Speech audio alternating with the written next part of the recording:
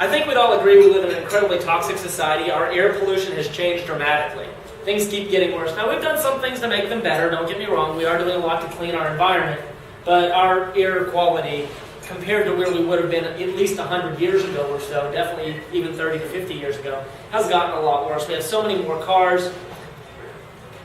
And then the allergens in a town versus in a country. And I like this analogy because almost everybody gets this right. If I were to take a kid that grew up in the city, the proverbial rich kid, if you would, that never gets dirty, versus a kid that grows up in a country environment that, you know, they're playing in the dirt, they're getting dirty, they're playing in the hay barn, they're rolling around, they're getting the cow manure, and you name it. Who gets sick more often, the rich kid or the country kid? Yeah, and everyone gets that. Why? Because they never got sick, and that goes right into what we call the hygiene hypothesis.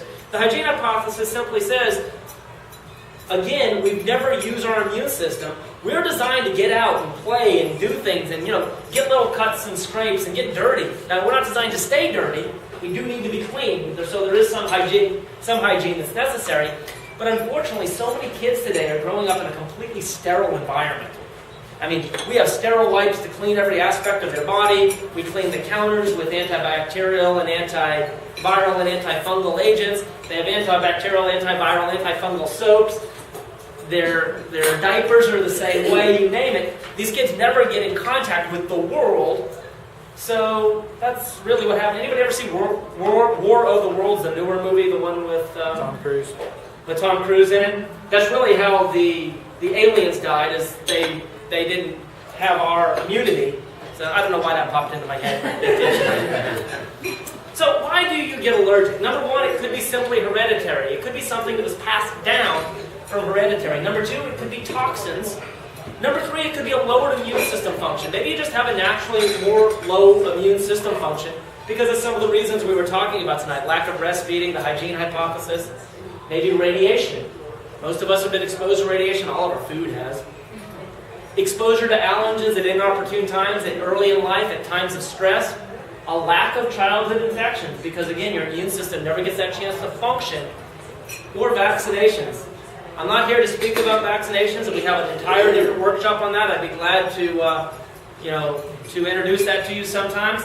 But there's some scary things that they put in vaccines, including mercury, although they keep renaming it. They named it thimerosal, now they've named it something else, which is just mercury plus something else. Mercury is the second most toxic substance that nature makes. So it's a natural substance, but mercury is the second most toxic next to plutonium. So, and we're injecting this into our body. We're putting it into our teeth, into our... You're welcome to come join us if you wish. We also put it into the vaccines, you name it. There's a lot of different things that can happen with the vaccinations. And emotional factors. Again, a tremendous amount of stress can happen just because of life. And I think we'd all agree, even kids today are under more stress than they ever were in the past, to be able to compete in school. We can have food allergens, they can be things from airborne, chemical substance, simply household pets.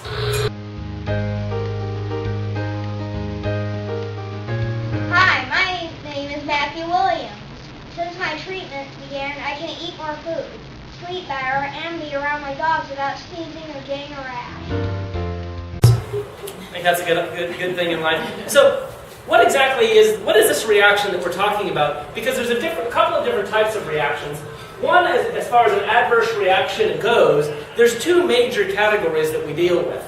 One is indeed the hyperactivities or hypersensitivities that we call allergies.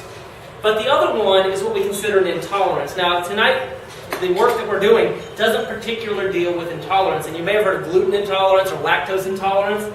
Well, if you have that, for the most part, we ought to be able to provide the enzyme for you, and then your body should be able to deal with that. So if we take lactose, which is what's in milk products, and we were to give somebody lactase, and then they don't have all of the negative reactions, that means that for whatever reason, your body may not be producing those particular enzymes to digest those foods. However, if we gave you the enzyme and you still have those reactions, then the highest likelihood is we are indeed dealing with an allergy or a sensitivity, and then we have ways to deal with that.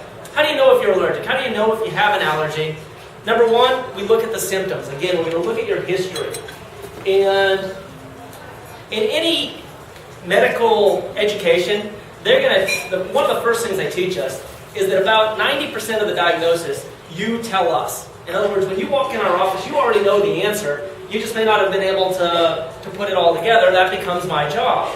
And it's somewhat just listening to our patients. And I think a lot of doctors have forgotten and lost that art, so I hope that we're pretty good at that in my office. Because you walk in almost always with the answer to what the problem is. You just may not be able to see it, because sometimes it's really hard to see what's happening in your own life. I mean, and you've had this exact experience. Someone tells you a story about what's happening with them, and you can pinpoint exactly what's going on in their life. But for some reason, the same thing happens in our own, and we never quite seem to be able to deal with it or to catch it. But we look at symptoms like hay fever, runny nose, rhinitis, sinusitis, recurrent infections, tonsillitis, middle ear infections, asthma, chronic coughs, eczema, dermatitis, hives, psoriasis. Almost any skin condition is a good signal that there's an allergy that's going on. Bowel problems, indigestion, bloating, really feeling bad after you eat, especially if it's within a few hours. But sometimes it could be several days later, and that's one of the big challenges, is some allergy reactions can take up to 72 hours to occur before you even notice it. They could be chronic fatigue, fibromyalgia, autism or Asperger's syndrome, which is a high-functioning autistic. These